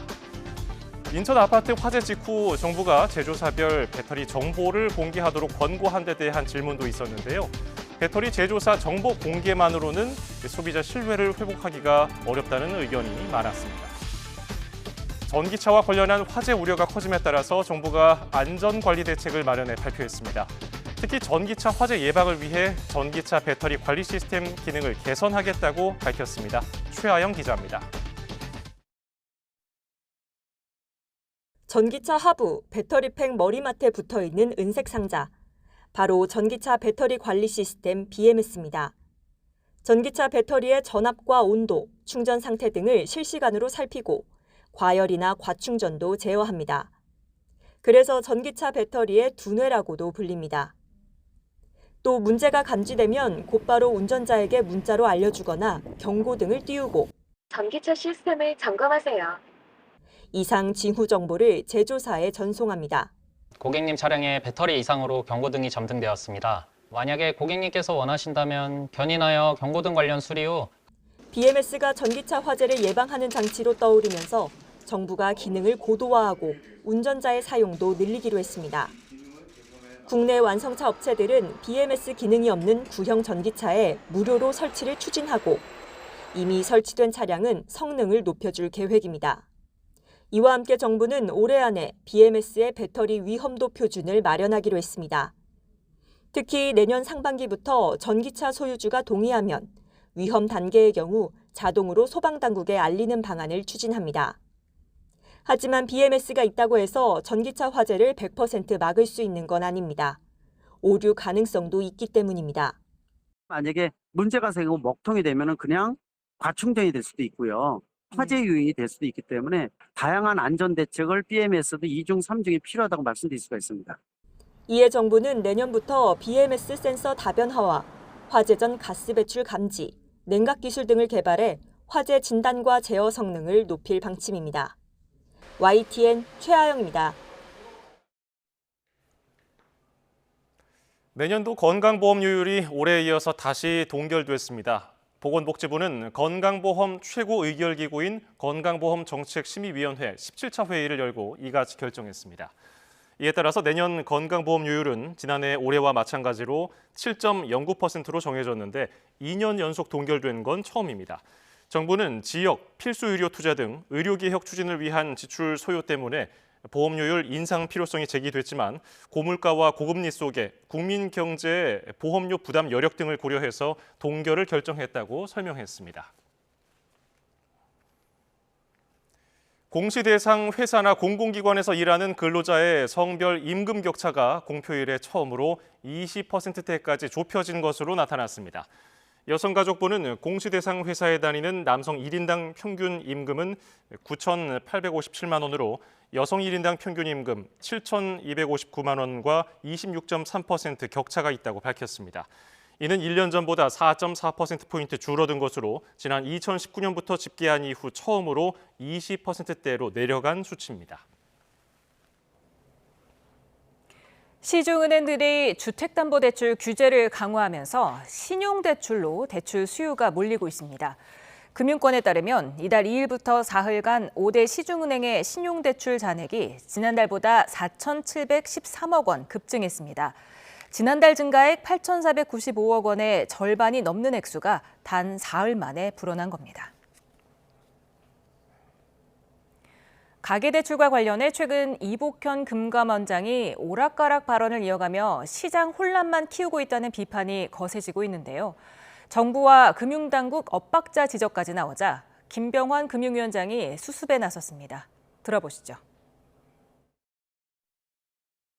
단편적으로 보면은 어느 부분이 강조됐느냐에 따라 가지고 메시지가 서로 충돌이 되거나 혼선이 있는 것처럼 보일 수도 있습니다만 전체 흐름으로 보면은 금감 원장이 말씀하신 거나 제가 말씀드린 것 인식하는 것은 차이가 없다.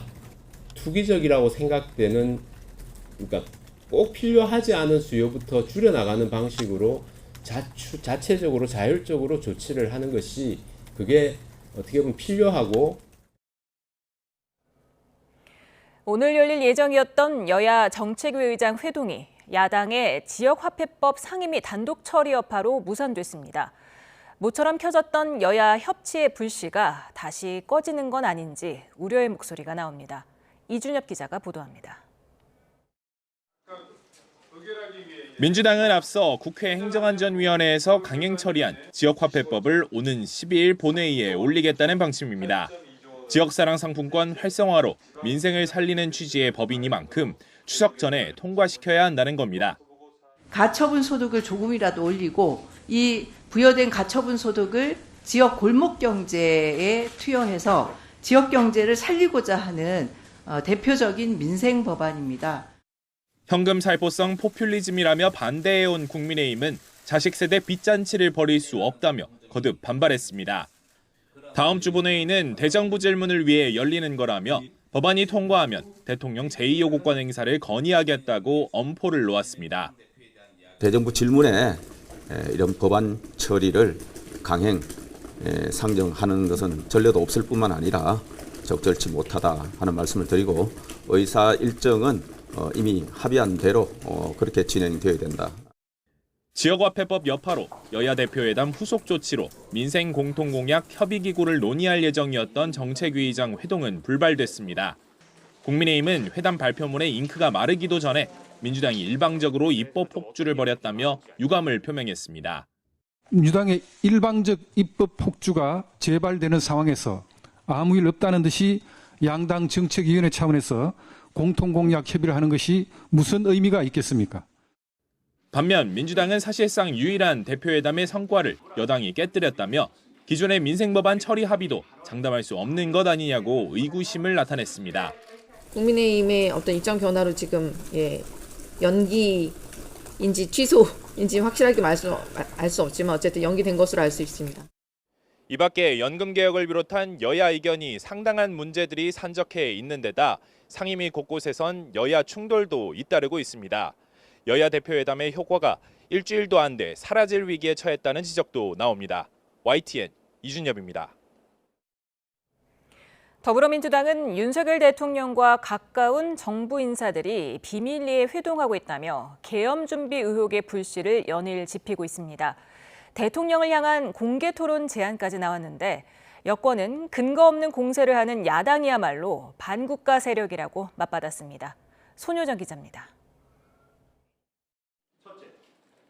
민주당은 윤석열 대통령과 같은 충암고 출신 정부 인사가 비밀리에 회동하고 있다며 이를 이른바 계엄 준비설의 주요 근거로 내세우고 있습니다.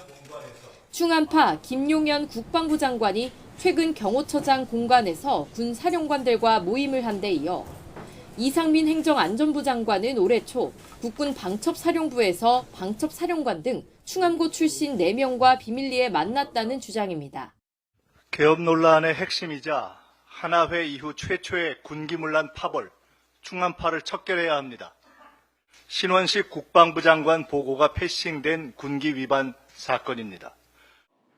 대통령과 비서실장 등을 향해서는 계엄 준비설이 사실인지 아닌지 공개 토론을 해보자고 거듭 제안했습니다. 국민의힘은 민주당이 내놓는 계엄설은 제대로 된 근거 없는 가짜 소문일 뿐이라고 깎아내렸습니다. 국민을 동요시켜 대통령 탄핵을 추진하려는 민주당이야말로 반국가 세력이라며 맹비난을 퍼부었습니다. 대한민국을 반대하는 세력이다라는 생각이 들 정도로 좀 우스웠어요. 허위 사실을 계속 당대표부터 나서서 저럴 수 있다는 겁니까? 난 저것도 코미디라고 봐요. 집단 실상한 거 맞아요. 회동 당사자로 지목된 이상민 장관도 당시 대공수사권 폐지에 따라 방첩사와 경찰의 협력을 강화하기 위한 공식 자리였을 뿐 사적 모임이 아니었다고 반박했습니다. 방첩사령관도 충암고잖아요. 그 행안부 장관님도 충암고고 중령 1명, 대령 1명 일부 인원들이 참가했는데 충암고 출신과 그래서 충암고 있다는 얘기 못 들었습니다. 방첩사 간부들이 속이 불불 끓었다 그래요. 소외 의식도 느끼고. 전혀 사실 무근인 것 같습니다.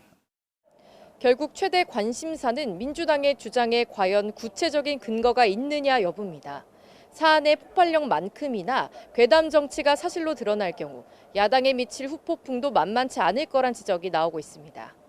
YTN 손효정입니다.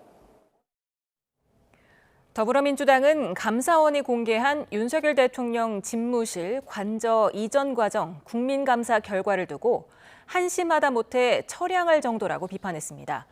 황정화 대변인은 감사원이 리모델링 공사 수의계약 체결 과정에서의 위법성과 무자격 업체 시공도 확인했는데 고작 주의 처분을 내렸다며 이같이 지적했습니다.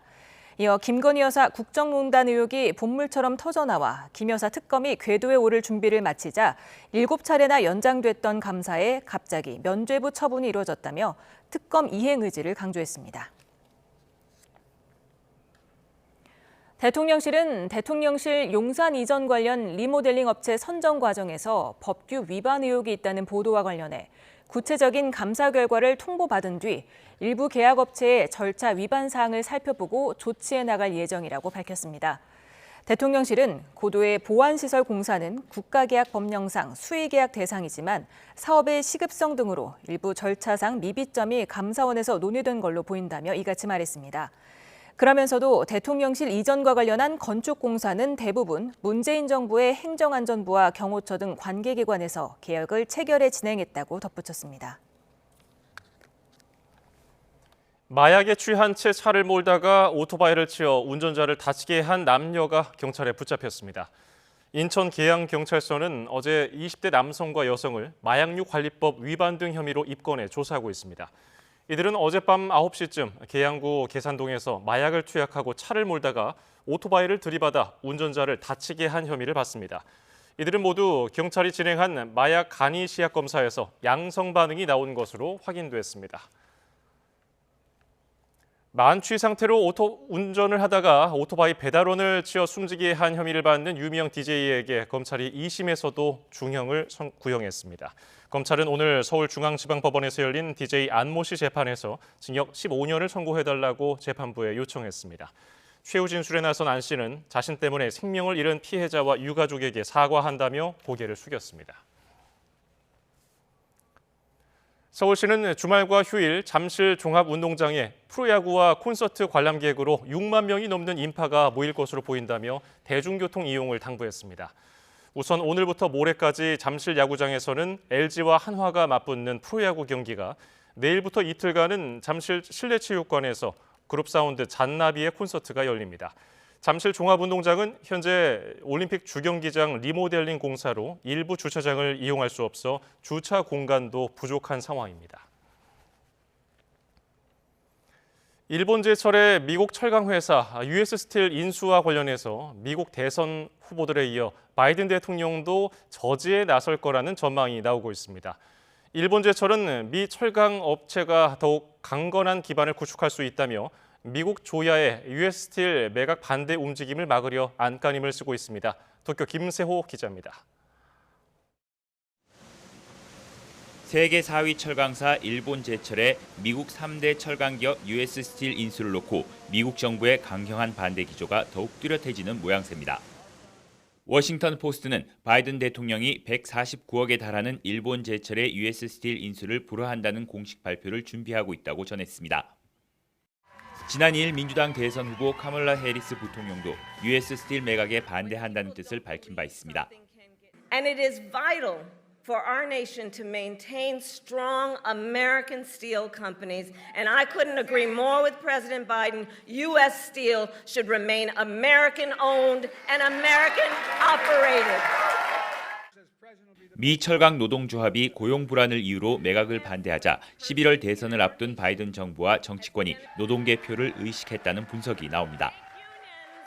미국 외국인 투자심의위원회가 US 스틸 매각이 자국 안보에 미칠 영향을 심사 중인데 안보에 우려가 있다고 판단하면 대통령에게 매각 불허를 권고할 수 있습니다. 발등에 불이 떨어진 일본 제철은 성명을 내고 자사의 US 스틸 인수로 미국 철강이 더욱 강고한 기반을 구축할 수 있다고 강조했습니다.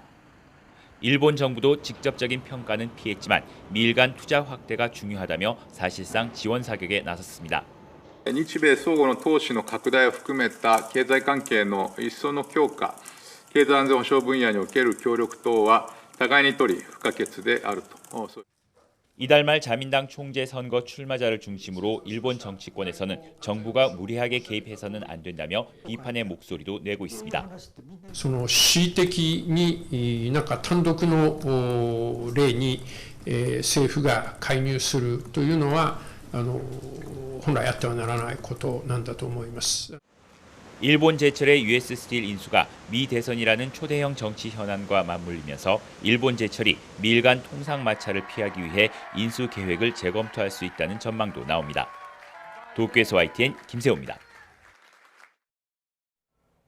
미국 정부가 양자 컴퓨팅과 차세대 반도체 등 최첨단 기술에 대한 새로운 수출 통제에 나서기로 했습니다. 이 과정에서 미국 정부 허가 없이 수출할 수 있는 면제 국가도 지정을 했는데 우리나라는 빠졌습니다. 엄윤주 기자입니다. 미국 상무부가 새로운 수출 통제 대상으로 지정을 검토하는 기술은 양자 컴퓨팅과 차세대 반도체 등입니다. 모두 국가 안보에 중요하다고 판단되는 최첨단 핵심 기술입니다. 상무부 산업안보국은 임시 최종 규칙을 발표하면서 전략적 경쟁자로 규정한 중국 등 적성국을 겨냥한 조치란 점을 분명히 했습니다. 미국이 만든 첨단 기술이 미국을 공격하는 데 쓰이지 않게 하겠다는 겁니다. 상무부는 이번 수출 통제 조치를 도입하는 과정에서 유사 입장국과 긴밀히 협력했다고 밝혔습니다. 그러면서 이미 미국과 유사한 수출 통제를 도입한 나라는 미국 정부 허가 없이 수출할 수 있는 허가 면제를 신설했다고 설명했습니다. 3D 프린팅 기술은 이탈리아와 영국이, 슈퍼컴퓨터용 반도체를 만들 수 있는 GAA 기술은 일본, 스페인, 프랑스 등이 미국 허가 없이 수출할 수 있습니다. 하지만 한국은 허가 면제국에서 빠졌습니다. 이 때문에 한국 기업이 상대적으로 불리하거나 불이익을 받을 수 있다는 우려도 나오고 있습니다. 다만 큰 피해는 없을 거라는 관측도 나옵니다. 한국 등 일부 국가는 승인 추정 원칙을 적용하기로 한 만큼 미국에 수출 허가를 신청하면 발급받을 수 있을 거라는 이유입니다. 앞서 한국의 대중국 반도체 장비 수출 통제를 요구해온 미국은 더 많은 나라가 곧 유사한 통제를 시행할 것으로 기대한다며 압박 수위를 높였습니다. YTN 엄윤주입니다. 네, 방금 들어온 소식입니다. 검찰 수사심의위원회가 명품 가방 수수 의혹을 받는 김건희 여사를 재판에 넘길 필요가 없다고 권고했습니다. 수사심의위원회는 오늘 오후 2시부터 대검찰청에서 현안 위원회를 열고 비공개 심의를 벌인 끝에 김 여사를 불기소해야 한다고 의결했습니다. 김 여사에게 공여자인 최재형 목사의 현안 청탁을 들어주는 대가로 금품을 수수한 혐의가 인정되지 않는다고 판단을 한 겁니다. 앞서서 서울중앙지검 수사팀은 김 여사의 청탁금지법 위반 혐의 등에 대해서 공직자 배우자 처벌 규정이 없는 데다가 직무 관련성이나 대가성이 인정되기 어렵다는 수사 결과를 이원석 검찰총장에게 보고를 했습니다. 외부 위원으로 꾸려진 수사심의위원회에서도 수사팀의 수사 결과를 수긍한 만큼 조만간 김 여사에게는 불기소 처분이 내려질 전망입니다. 하지만 청탁 목적이 있었다고 주장해온 최 목사 측 의견 진술 기회가 심의에서 배제된 채 내려진 무혐의 결론을 두고 당분간 논란이 이어질 것으로 보입니다. 검찰 수사심의위원회에서 명품 가방 수수 의혹을 받는 김건희 여사를 재판에 넘길 필요가 없다고 권고한 내용 속보로 전해드렸습니다. 보다 자세한 내용은 이어지는 뉴스에서 전해드리겠습니다. 네, 다음 소식입니다. 당신은 모르실 거야, 제3 한강교 등의 히트곡으로 대중적인 사랑을 받은 가수 혜은이 씨. 최근에는 70년대 아이유라고 불리면서 당시에 활동했던 영상들이 새롭게 주목을 받고 있습니다. 하지만 가수가 아닌 본인 김승주는 실패한 사람이라고 털어놓았습니다. 정유진 기자입니다. 1970년대 대한민국에서 신드롬적인 인기를 끈 가수 혜은이. 데뷔곡이 지금으로 따지면 발매 1년 만에 역주행 히트하며 그녀의 화려한 가수 인생이 시작됐습니다. 기사 아저씨가 아가씨 이 노래 알아요? 그렇게 묻더라고요. 그래서 잘 모르겠는데요. 그랬더니 이 노래가 당신은 모르실 거야라는 노래인데. 히트곡 가운데 상당수는 엄한 스승이었던 작곡가 기록윤 선생의 작품입니다. 저한테 연애 감정이 없다는 거예요. 그래서 너는 나이가 몇인데 연애도 안 하냐. 슬픈 노래인데 슬프지도 않냐. 가수로는 눈부신 성공을 이뤘지만 동시에 인간 김승주는 굴곡진 삶을 지나왔습니다.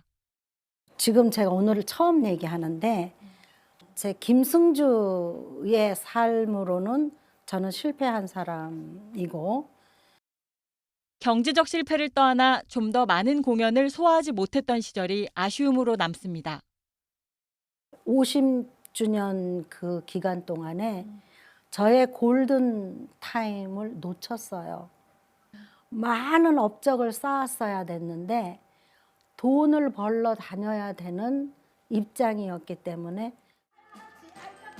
다만 아무리 어려울 때도 예술인이 챙겨야 할 자존심은 지켰다고 회상했습니다. 돈이 아무리 필요해도 내가 갈 때가 아니면 가지 않았어요. 데뷔 50주년을 맞는 가수 혜은이의 노래 인생 이야기를 오늘 밤 11시 10분 김성경의 남산 드라이브에서 전해드립니다. YTN 정유진입니다. 가수 윤하의 인기곡 사건의 지평선이 고등학교 국어 교과서의 지문으로 실립니다. 소속사 C9 엔터테인먼트는 내년 천재교육 고등교과서 공통국어 문학지문으로 사건의 지평선 가사가 수록된다고 밝혔습니다. 가사를 바탕으로 화자의 태도를 파악하는 문제와 고전 시가 동짓달 기나긴 밤을과 작품이 담은 내용을 비교하는 부분도 담겼습니다.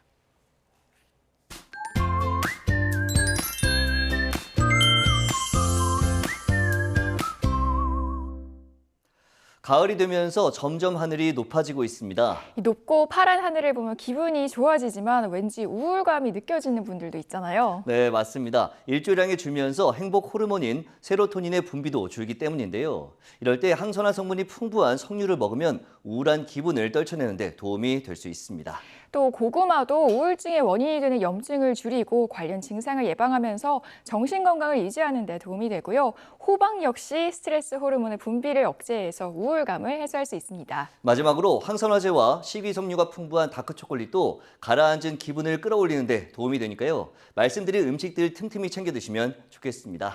내일은 절기 백로입니다. 이때부터는 가을의 기운이 완연해진다고 하는데요. 하지만 늦더위는 오히려 강해지겠습니다. 네, 맞습니다. 내일 서울 낮 기온이 31도, 대구 33도까지 오르는 등 오늘보다 2도에서 7도가량 높아지겠고요. 체감 온도는 이보다 더 높겠습니다. 또 대기가 불안정해지면서 내일도 경기 동부와 영서 그리고 충청과 남부 곳곳에 소나기가 내리겠습니다. 밤까지 기습적으로 쏟아질 수 있는 만큼 주말을 맞아 외출하신다면 작은 우산 하나 챙겨주시기 바랍니다.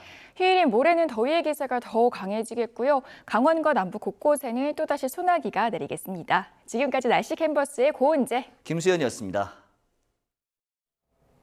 뉴스 플러스를 마칩니다. 시청해주신 여러분 고맙습니다.